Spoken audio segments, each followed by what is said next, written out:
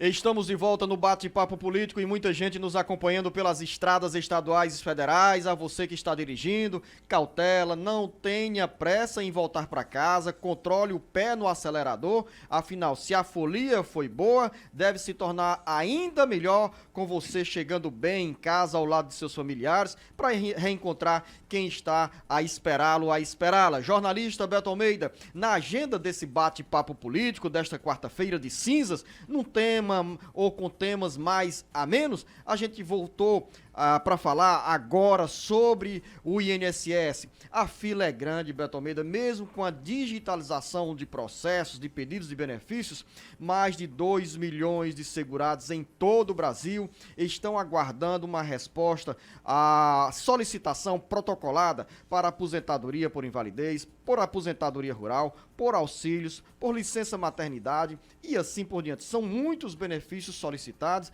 e pouca ação do INSS para atender aos segurados. Luzenor, a própria Procuradoria da República, lá no Distrito Federal, ou seja, em Brasília, ela questionou, ou pelo menos colocou em dúvidas, esses dados da fila de espera do INSS.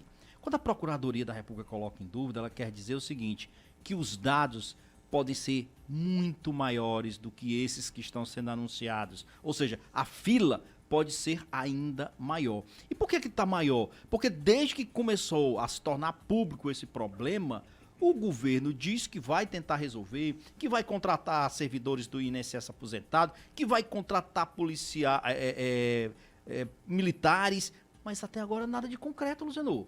Na prática, ninguém está tendo ainda os seus benefícios analisados. Eu ouvi há poucos dias, Beto Almeida, um depoimento de uma servidora do INSS, líder sindical, dizendo o seguinte: o que adianta digitalizar se a análise desses processos é pela mão humana? E se o INSS perdeu, ao longo dos últimos 2 anos, quase 10 mil servidores? Pelo menos os cálculos indicam que o INSS tem hoje 19 mil vagas a serem ocupadas. Os governos não realizaram concurso público e tem os pedidos bem acelerados de aposentadoria entre os servidores do INSS. Alguns porque já estão no tempo de pedir aposentadoria, outros temerosos de adversidades no período, no viés político, acabam antecipando a aposentadoria. Resultado, os segurados querem resposta do INSS e hoje, infelizmente, não encontram o conforto de receber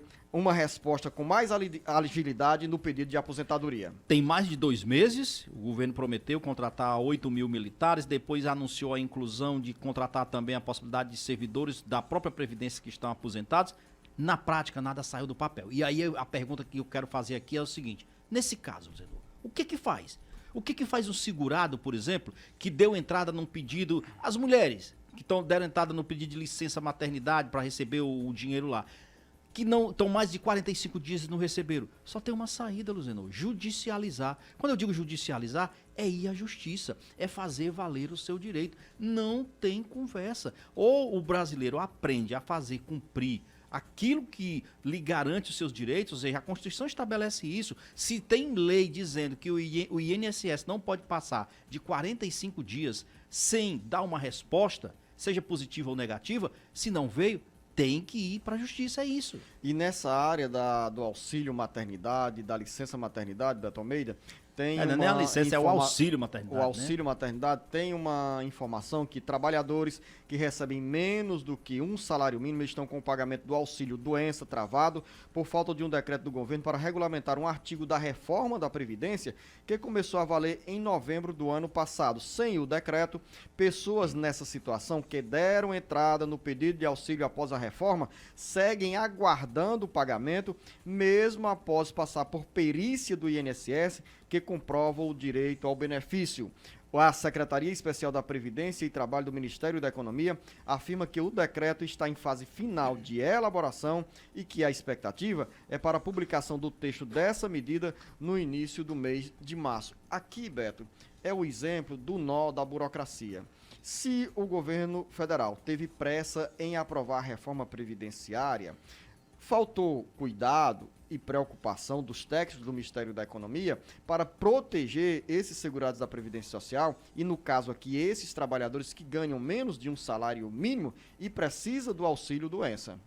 Luzenor, não tenha dúvida. Agora, você imagina o seguinte... Eu disse assim, faltou zelo porque, paralelo à reforma previdenciária, já era para ter sido elaborado esse decreto e assim que a emenda fosse promulgada, nós tivéssemos essa regulamentação para evitar tantos prejuízos a milhões de brasileiros, a milhares de cearenses que estão na fila do INSS. A reforma administrativa não foi uma surpresa, o governo já vinha trabalhando por ela, então, em paralelo, já devia vir trabalhando exatamente os desdobramentos disso. Não o fez. Eu falei aqui a questão de ir para a justiça, mas enquanto você falava aí, eu vi aqui um conselho de um especialista em direito previdenciário para quem está com problemas hoje em ter a liberação ou aprovação dos seus pedidos na questão da Previdência. Aí ele dá 3 caminhos. Olha só, rapidinho. Primeiro, você pode esperar para ter o benefício pago com as correções e os atrasados.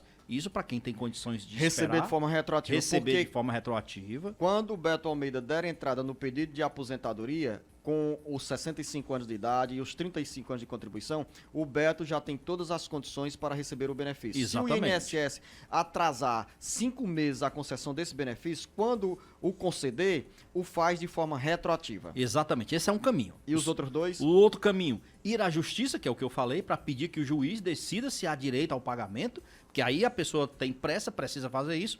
Terceiro caminho, entrar com um mandado de segurança, mas aí esse recurso, ele está dizendo aqui, deve ser usado apenas em casos em que o segurado é muito idoso ou depende do benefício para sobreviver mesmo, senhor. Agora, ali, para botar a comida na mesa. Muitas vezes, quem está esperando na fila do INSS tem essa angústia e, ao mesmo tempo, a apreensão e acaba recorrendo à Justiça Federal. E se a Justiça Federal demora para conceder esse benefício, tanto quanto ao INSS? No caso de uma ação judicial, acaba saindo ainda mais caro para o segurado. Não, mas se tiver essa urgência, como ele diz aqui, que é o caso de no pessoas caso da urgência, muito idosas, aí entra com o mandado de segurança. O mandado de segurança, ele tem que ter um trâmite diferenciado e aí a Justiça tem que ser um pouco mais ágil nesse caso aqui, entendeu?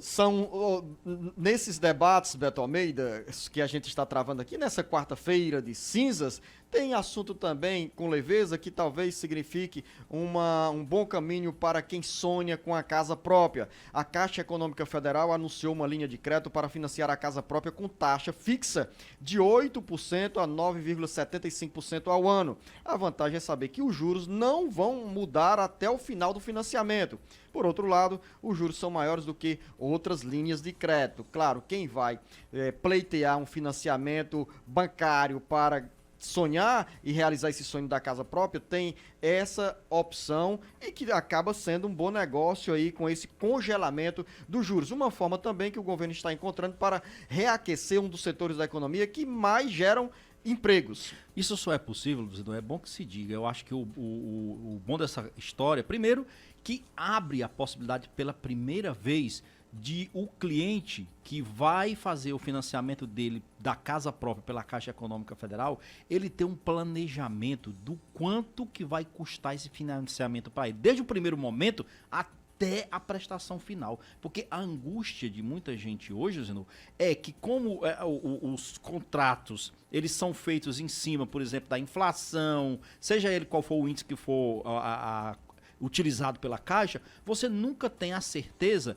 de quanto é que você vai pagar ao longo dos 30 anos, 20 anos que você faz esse financiamento. Agora não, com essa taxa é possível você ter essa previsibilidade e adequar isso dentro do seu orçamento. E isso só é possível, a gente tem que reconhecer aquilo, Zeno, porque a inflação baixa ajudou e possibilitou esse amadurecimento do mercado. Aí eu quero só acrescentar, já que nós estamos falando aqui da habitação, eu estava vendo uma outra notícia, dizendo que envolve, lógico, a habitação, mas para um outro segmento, que é o da Minha Casa Minha Vida. Programa Minha Casa Minha Vida, Beto. Ondes Lorenzoni assumiu o Ministério da Cidadania e assumiu também, ao mesmo tempo, o compromisso de retomar o programa Minha Casa Minha Vida, porque no primeiro ano do atual governo, o programa sofreu atraso e desaceleração. E vai continuar, Luzenor, sem muita facilidade para Minha Casa Minha Vida, quando o programa já encontrou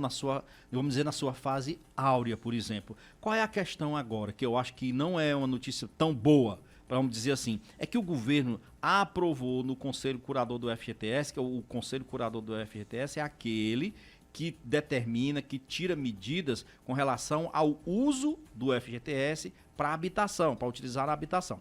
Então existe até agora uns subsídios que são descontos que são dados a fundo perdido em vários empreendimentos do Minha Casa Minha Vida, principalmente para aqueles de famílias de baixa renda, que elas acabam recebendo um imóvel, por exemplo, com valores bem mais abaixo, com prestações bem pequenas. Qual é a notícia ruim? É que esse conselho curador do FGTS vai reduzir ainda mais os descontos a fundo perdido nos programas de habitação do Minha Casa Minha Vida. Ou seja, Luciano, cada vez que isso acontece, significa dizer que menos famílias serão beneficiadas pelo programa, porque naturalmente elas vão acabar tendo que pagar um pouco mais pela prestação. Isso é ruim, Luciano. E isso coloca, por exemplo, aqui um ponto de interrogação sobre qual é o futuro realmente do programa. Porque até então, uma das qualidades do Minha Casa Minha Vida era exatamente essa. Era abrir esse leque de cobertura e de chegar o direito à habitação a pessoas, a famílias, Luciano, que em outras circunstâncias não teriam como receber esse imóvel. Essa é a questão. No final